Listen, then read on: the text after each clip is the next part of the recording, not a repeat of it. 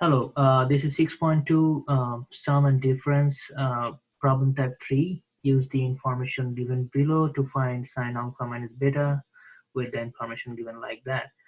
So in this case, you have to find the exact answer, not a decimal approximation. I've seen in Blackboard that most of the students are struggling in particular this type of problem. So let's work this together. Okay, so we have to find this sine alpha minus beta with this given information. First of all, what do we know about that? Sine alpha minus beta, this equals to, we know from the formula, sine alpha uh, cosine beta minus cosine alpha sine beta. So if we look at this expression, we see sine alpha is already given here, but we are not given cosine beta, sine alpha, and sine beta. We can find this out of this information. So let's start with the first one. Sine alpha equals to 3 over 5 with alpha in quadrant 2. So first of all, we have to draw the quadrant system. This is the x-axis, origin, and the y-axis. And since alpha is in quadrant 2, let's draw the alpha. Let's say this is the alpha.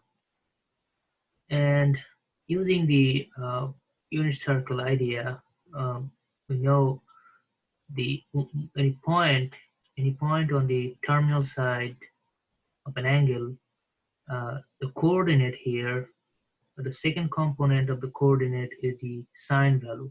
So for this alpha angle, the second component of the coordinate will be 3 over 5. So what we can do now, we can draw a triangle right here like this. So if this is the angle alpha, the smaller angle here, let's say this is theta, and this theta equals to 180 degree minus alpha, and we know this theta is the reference angle of alpha. And for a trigonometric function, finding its value for a given function alpha is the same to finding its value to its reference angle. So theta is the reference angle. So in this triangle, let's say this is point P, Q, and this is O, P, O, Q.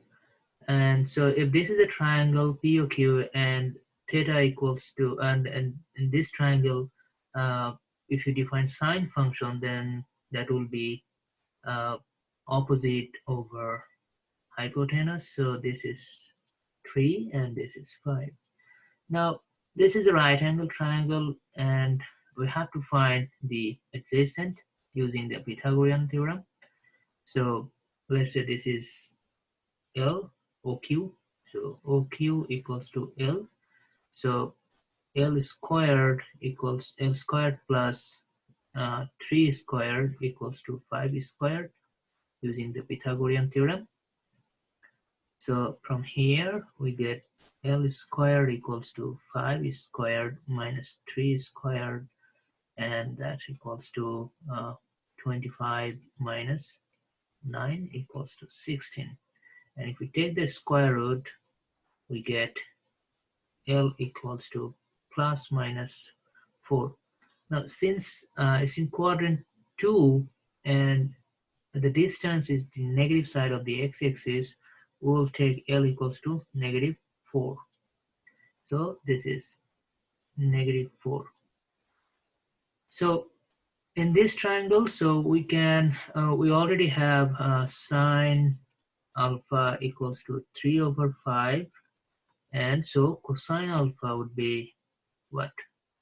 Cosine alpha would be negative 4 over 5. It's the ratio of opposite over hypotenuse. So we can write here it's negative 4 over 5. So we have got the coordinate for the terminal side for the angle alpha. Now we have to do the same thing for the second portion. So let's draw another, let me get some space. So let's draw another triangle, another coordinate system. X is 0 and y axis, and it says beta in quadrant 1 and tan beta equals to 3 over 4. So let's say this is point Q, let's say it's something different. Let's say this is ST. So let's say this is S and this is T. So the coordinate here, we don't know the coordinate right now, but we have to find that. So in this triangle OST, we have OS, we have ST, we have OT, we have ST. We need to find OS, the hypotenuse. And if you notice carefully, the triangle both are same, just because just the quadrants are different. So in that case, without further calculation, we can say this is gonna be 5. Since it's in the first quadrant, everything is positive. So here, cosine beta out of this triangle, sorry, cosine, not alpha, cosine beta, this will be the ratio of 4 over 5, and sine beta equals to 3 over 5. So now let's go back to the original problem. So here, now we just have to substitute the values here. So sine alpha, this is 3 over 5 times cosine beta. We just got that. Cosine beta equals to 4 over 5. So 4 over 5 minus cosine alpha. We see that cosine alpha is negative 4 over 5. So we have to put a negative sign in front of 4 over 5 times sine beta. And sine beta from the second graph, we get that 3 over 5. So it's 3 over 5. So if we multiply in the numerator, we get 12 over 25, and minus minus multiplies positive, and this is gonna be 12 over 25 again, and the final answer is 2 times 12 over 25, or 24 over 25.